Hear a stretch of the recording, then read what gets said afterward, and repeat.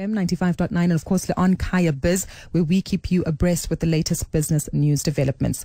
Often on the show, and of course many other business publications have certainly made quite a lot of noise regarding the currency movements that we've seen in South Africa.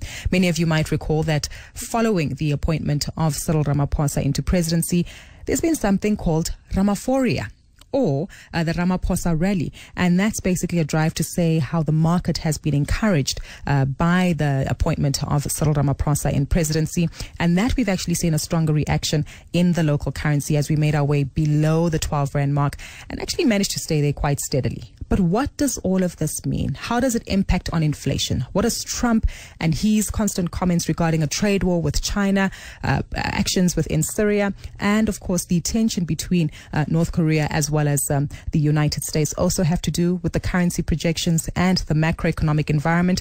To tell us more, we joined on the line by Jameel Ahmad, who's a global head of currency strategy and market research at FXTM. Jameel, great to have you with us on the line today, and thank you so much for making time. Usually when we have conversations like this, it's under macroeconomic conversation without much consideration as to what it means for the average South African who is going about their business on a day-to-day struggle. Give us more perspective as to when we talk about the markets, when we talk about currencies, who are the actual individuals who are influencing these market dynamics, and why does it matter?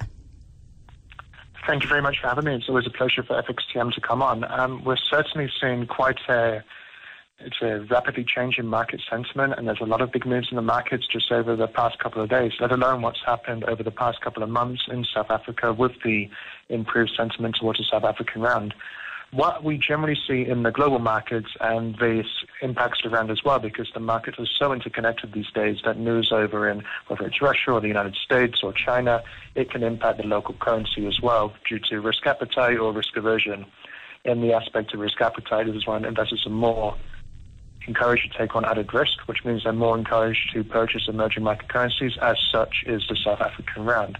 Now, what we've seen over the past couple of trading sessions, actually, and specifically today, is a very much improved sentiment towards the US dollar, following this unexpected development over the weekend that North Korean and South Korean might actually be working in the favor of North Korea, perhaps standing down for its nuclear weapons. Of course, only time will tell, but this has resulted in a lot of movements in the financial markets today, where the dollar has strengthened across the board against a basket of different global currencies, and today we're seeing quite significant weakness in the South African rand as well. Yeah. Before we do come closer to the rand and actually look at its influence in the market, let's stay on Trump for quite a moment, because not only his tweets get a lot of attention, but of course, as you say, the conversations that he's had regarding the possible trade war with China, and of course sentiment towards Korea as a nation. Give us your understanding and perhaps a layman's term understanding of what this particular trade war is, and just how significant these kind of comments are and threats are to the market environment, and how they actually influence the movement in portfolios that we as South African pension fund holders tend to see on a day-to-day basis. Well, the unpredictable nature of Donald Trump forever keeps the markets guessing and the markets on their toes. It's quite unusual and bizarre to say this, but the financial markets can actually move to the beat of a Donald Trump tweets on his social media feeds, which is unusual, but it's exactly what has happened in the financial market since he became president. Just on that, isn't it unusual that a president can influence the market that much just with a few characters? On social media, yes, it's definitely something that we've not seen in the global market, specifically in the advanced developed markets before. But this is where we are seeing now political risk in the developed world, specifically in 2016, since the famous EU referendum in the United Kingdom. Then we had this massive election shock in the United States, where Donald Trump shocked the world by winning the election, basically. And since then, financial markets have been particularly sensitive to any political developments, political news.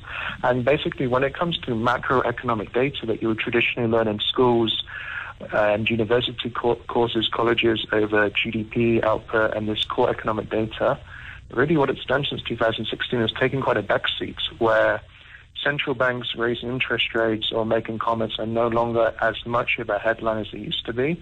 And instead, any developments around President Trump or the United States with, it keeps the markets and investors very much on their toes. Let's come a little bit closer to home as to how this impacts on us as a South African rand. You touched on us being an emerging market currency, and I do understand that the rand is actually one of the most traded emerging market currencies in the world, given that we are used as a proxy for many of our other emerging market peers like Turkey, like Brazil, as well as Russia with their own currencies. But talk to us about Ramaphoria as well as the Ramaphosa rally.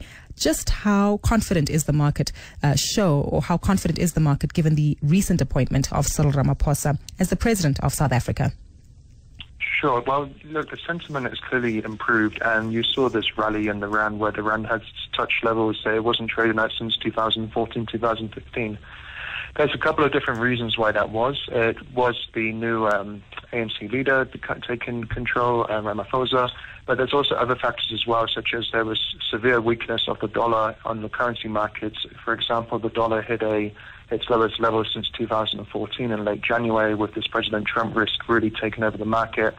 This resulted in a basket of different currencies hitting milestone highs that they've not seen since 2014, such as the euro.